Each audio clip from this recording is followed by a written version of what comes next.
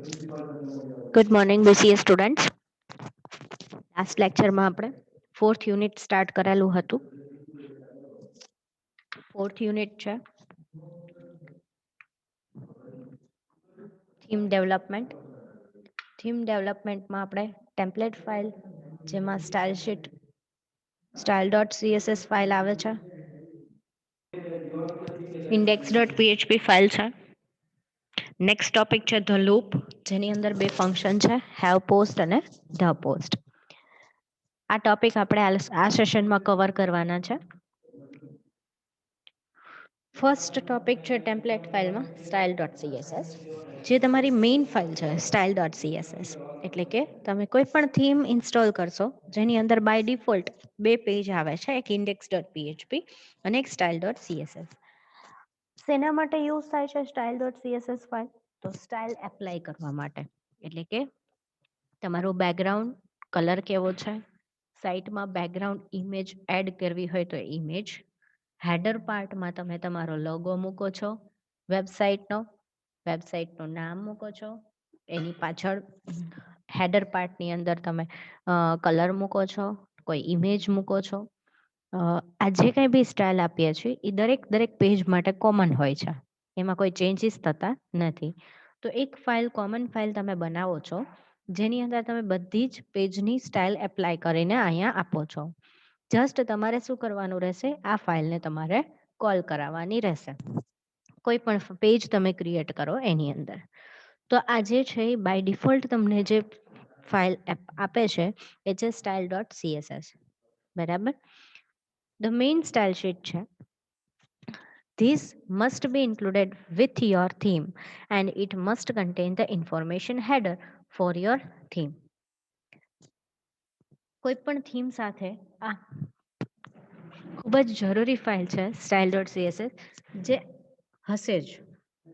બરાબર. કોઈ પણ થીમ તમે ઇન્સ્ટોલ કરશો તો એમાં બાય ડિફોલ્ટ આ પેજ આવે છે.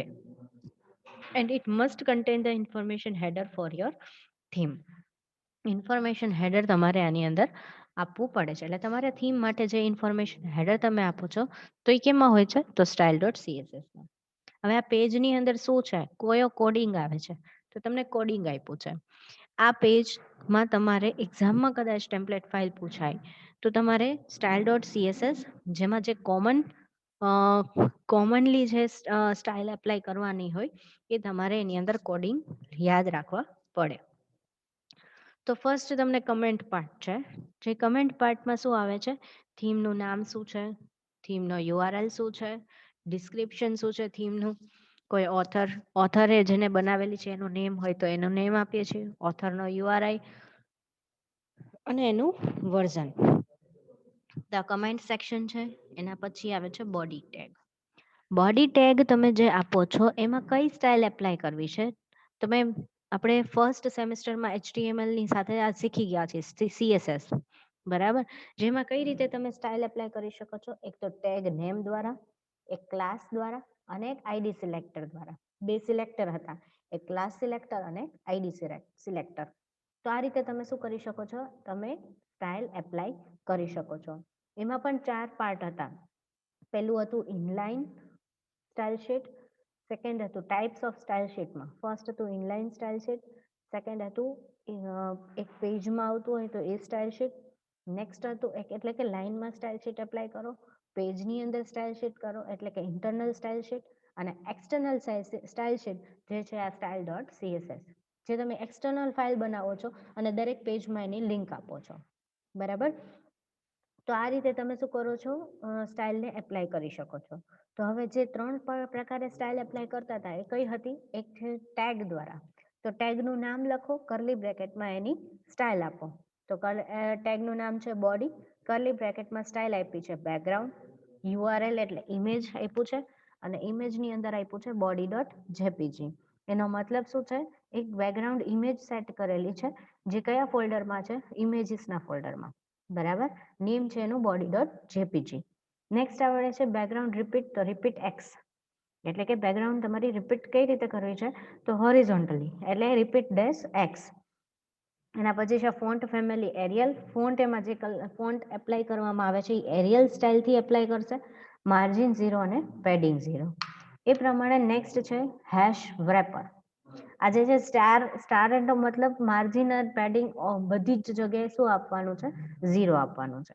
નેક્સ્ટ આવે છે વ્રેપર. તો વ્રેપર શું છે? હેશ આગળ આપ્યું છે. હેશ નો મતલબ શું છે? એ આઈડી સિલેક્ટર છે.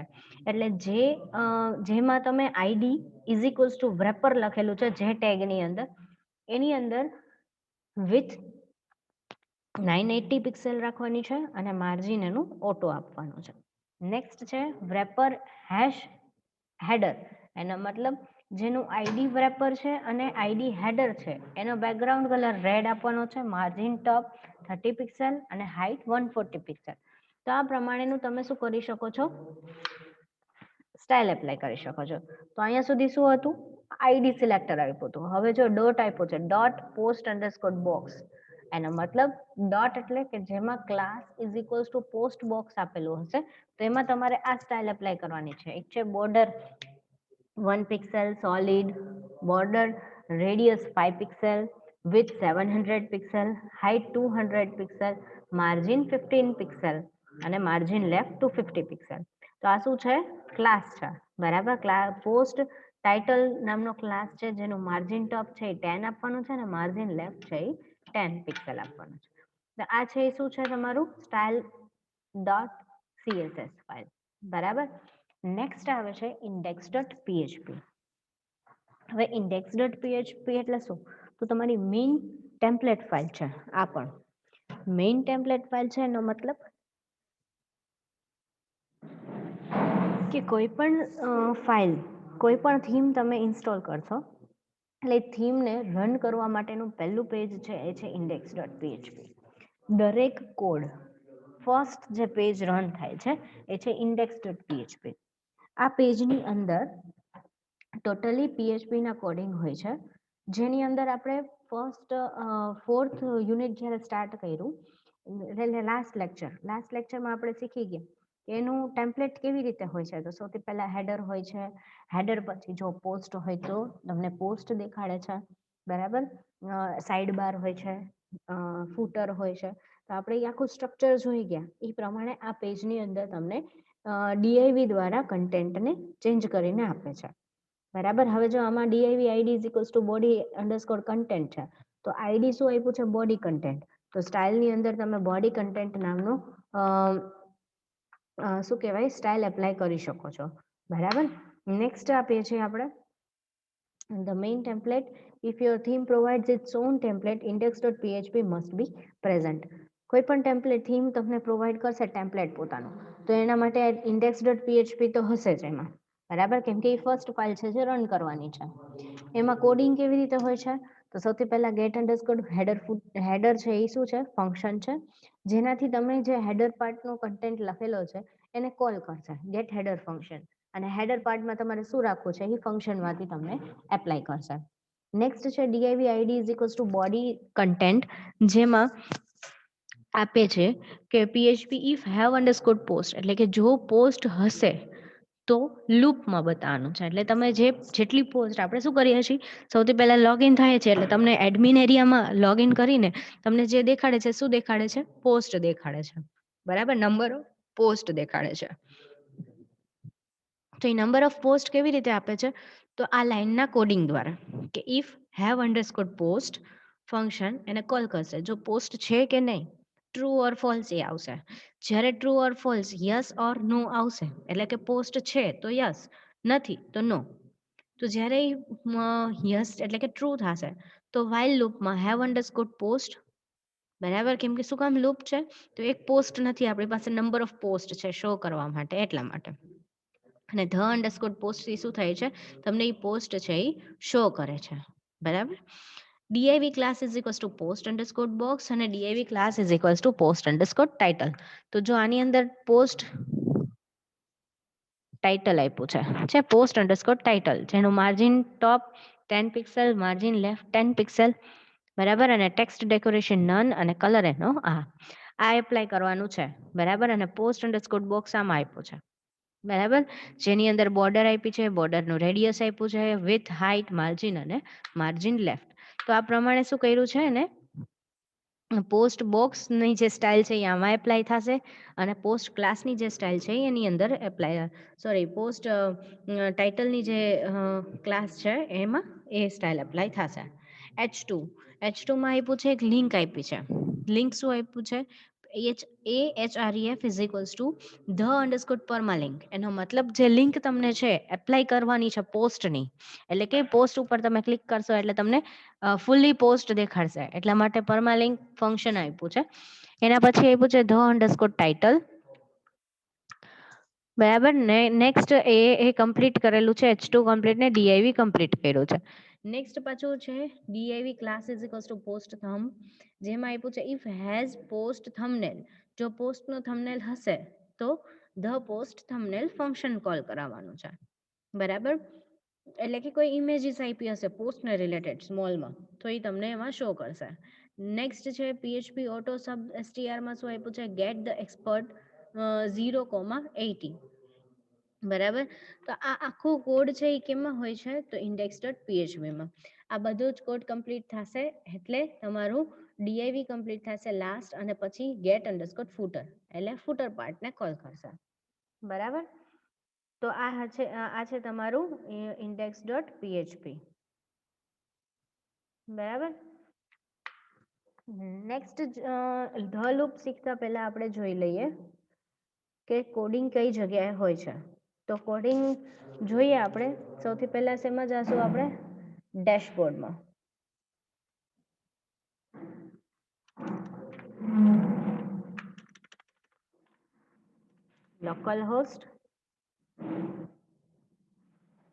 લોકલ હોસ્ટની અંદર વર્ડપ્રેસ. ઓકે, વર્ડપ્રેસમાં આપણે જોઈએ ડેશબોર્ડ. એડમિન લોગિન કરીએ. એડમિન લોગિન કરશું એટલે એપિયરન્સ, ડેશબોર્ડની અંદર આવશે એપિયરન્સ. એપિયરન્સમાં છે થીમ એડિટર, તો થીમ એડિટરમાં જાશું. થીમ એડિટરમાં જાશું એટલે તમને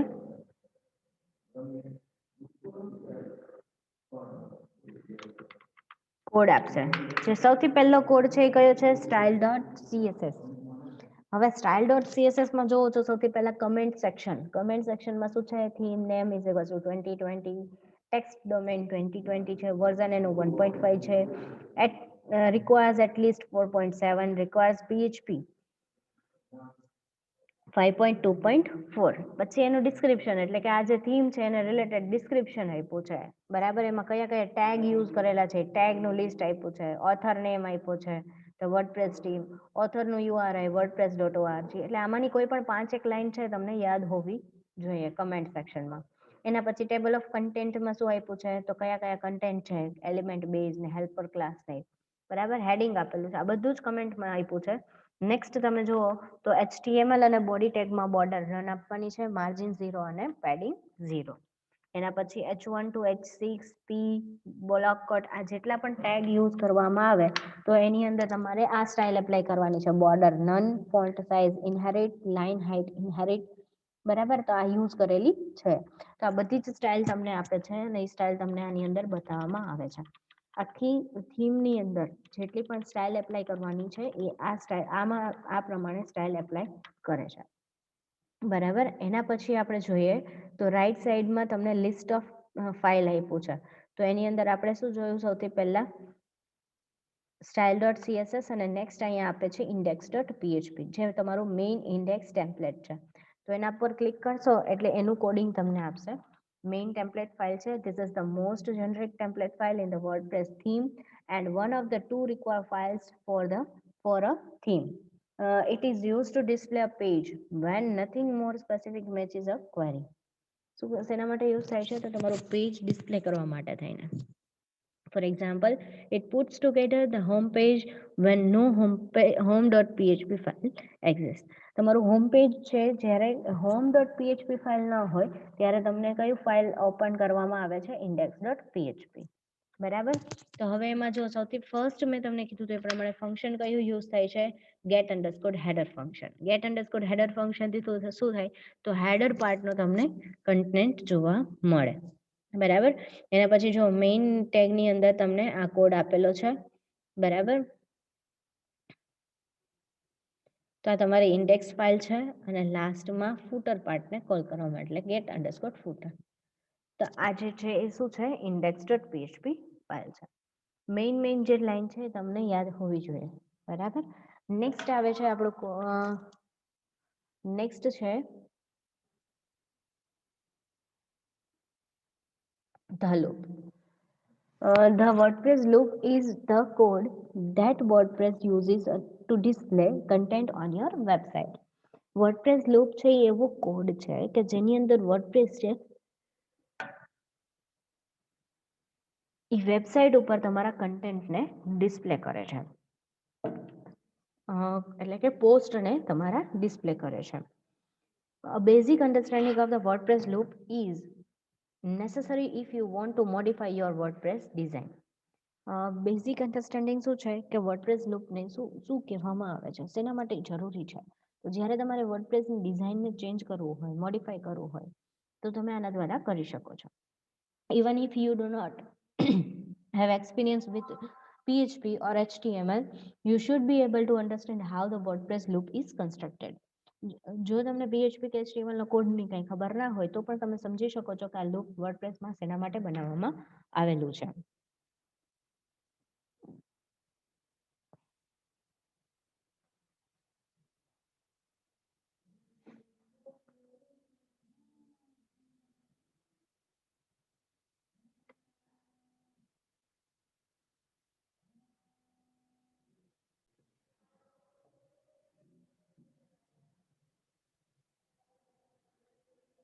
So this is your most important topic for displaying a post. Okay. Understanding the WordPress loop. હવે આપણે એ loop વિશે સમજીએ.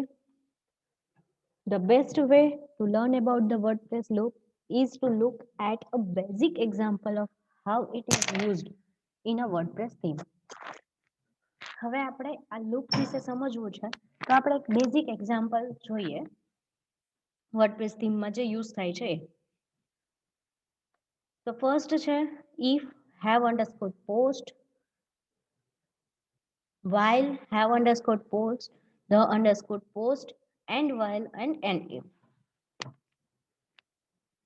તો હવે એમાં have underscore post નું આપણે જોઈએ તો ફર્સ્ટ થિંગ શું છે, we do is advise your server that are going to use PHP. સૌથી પહેલા આપણે કઈનો યુઝ કરીએ છીએ, સર્વર કયું છે PHP નું. ઓકે, એટલે ફર્સ્ટ લાઈન, હવે આખી એક લાઈન તમને એક્ઝામ્પલની સમજાવું છું. તો ફર્સ્ટ આપણે શું આપીએ છીએ, ક્વેશ્ચન માર્ક PHP. એ શું તમને કહે છે, તો સર્વરને એડવાઇઝ કરે છે કે આપણો જે કોડ છે એ કેનો છે, PHP નો છે. In the next line we have a basic if statement using the have underscore post function. Next લાઈનમાં આપણે શું આપીએ છીએ, if statement. ઓકે, if સ્ટેટમેન્ટમાં શું આપીએ છીએ, have underscore post ફંક્શનને કોલ કરાવીએ છીએ. The have post WordPress function is a boolean function which means that the result is either true or false. have post એટલા માટે ફંક્શન યુઝ થાય છે, boolean ફંક્શન છે જેનો રિઝલ્ટ શું હશે, true or false. પોસ્ટ છે તો true, નહીં હોય તો false. If there are some post, display this line of code. If not, do nothing. Okay, જો પોસ્ટ હશે કોઈ તો આ લાઈન, આ જે કોડ છે ડિસ્પ્લે થશે, અધરવાઇઝ કંઈ નહીં થાય. If have underscore post, in the next line we use a while loop. એના પછીની લાઈનમાં આપણે શું યુઝ કરીએ છીએ, while loop. while loopમાં પણ એ જ ફંક્શનને કોલ કરાવે છે. A while loop will execute a piece of code as long as something is true. જ્યાં સુધી true થશે ત્યાં સુધી કોલ થશે. In our case, we are saying that while there are posts to be displayed, execute the following line of code. જો post display કરવાની હશે તો એક્ઝિક્યુટ કરવાનો છે જે કોડ તમને નીચે આપેલો છે એ. Therefore, if you had configured your WordPress reading settings to display 5 posts on the home page, the while function would execute the statements contained within the while loop 5 times and then stop. જ્યારે પણ આપણે વર્ડપ્રેસના reading સેટિંગ્સની અંદર set કરેલું હશે કે display કરવાની છે કઈ, તો 5 નંબર ઓફ પોસ્ટ તમારે ડિસ્પ્લે કરવાની છે હોમ પેજમાં જ્યારે પણ લોગિન થાવ છો ત્યારે. તો એ while લૂપ જે while ફંક્શન છે એ કેટલી વાર એક્ઝિક્યુટ થશે તો 5 ટાઈમ્સ એક્ઝિક્યુટ થશે અને લાસ્ટ 6 ટાઈમમાં શું થઈ જશે stop while have underscore post function 5 times call થશે we then call the data from the next post by using the wordpress function the underscore post પછી આપણે શું કરીએ છીએ પોસ્ટના ડેટાને કોલ કરવા માટે થઈને the underscore post ફંક્શનને યુઝ કરીએ છીએ લાઈન પછીના લાઈનમાં શું છે the underscore post once we have called up our post we can display anything we want from it એક વખત આપણે પોસ્ટ જે છે આપણે પોસ્ટને કોલ કરાવી લઈએ છીએ પછી આપણે પોસ્ટને લગતું કોઈ પણ ડિસ્પ્લે કરી શકીએ છીએ after we have confirmed the information that we want displayed with every post we close the file loop એક વખત કન્ફર્મ આપણે ઇન્ફોર્મેશન મળી જાય છે કે તમારી ઇન્ફોર્મેશન છે એ ડિસ્પ્લે થઈ ગઈ છે તો દરેક પોસ્ટ છે એ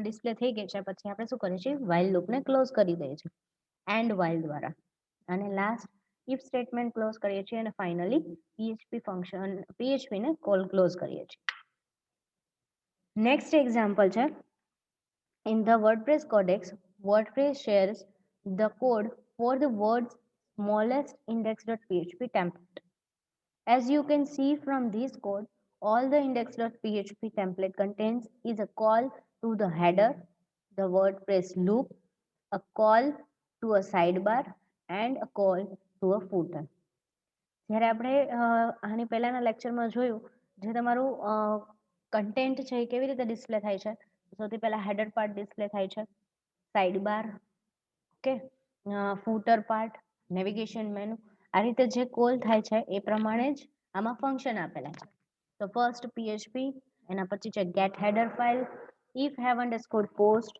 while have underscore post function the post the content and while and if next get underscore sidebar function get underscore footer function અને PHP close it means સૌથી પહેલા header function call થશે પછી post છે કે નહીં check થશે post હશે તો જેટલી post હશે એ પોસ્ટના કન્ટેન્ટ ડિસ્પ્લે થશે સાઇડબાર ડિસ્પ્લે થશે ફૂટર પાર્ટ ડિસ્પ્લે થશે ઓકે નેક્સ્ટ આપણે હવે આ જ વસ્તુ જોવાની છે પ્રેક્ટિકલી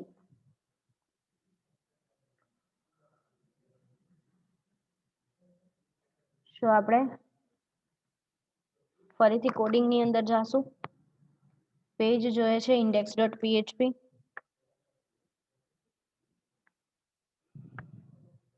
so index.php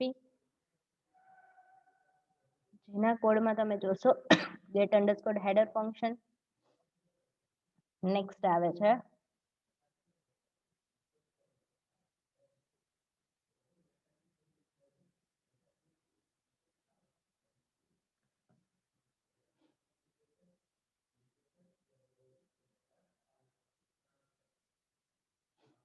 દરેક થીમ માટે અલગ અલગ હશે if have underscore post છે તમને જોવા મળશે અહીંયા if have underscore post હશે તો while have underscore post અહીંયા આપ્યું છે i is equals to 0 i plus plus એટલે કેટલી પોસ્ટ છે નંબર ઓફ પોસ્ટ ને કાઉન્ટ કરવા માટે જો i ગ્રેટર ધેન 1 હશે તો પ્રિન્ટ કરશે આ શું પ્રિન્ટ કરશે હોરિઝોન્ટલમાં એ 4 બરાબર હોરિઝોન્ટલ લાઈન આપશે પછી the underscore post તમને પોસ્ટ ડિસ્પ્લે કરશે ઓકે નેક્સ્ટ આપીએ છીએ આપણે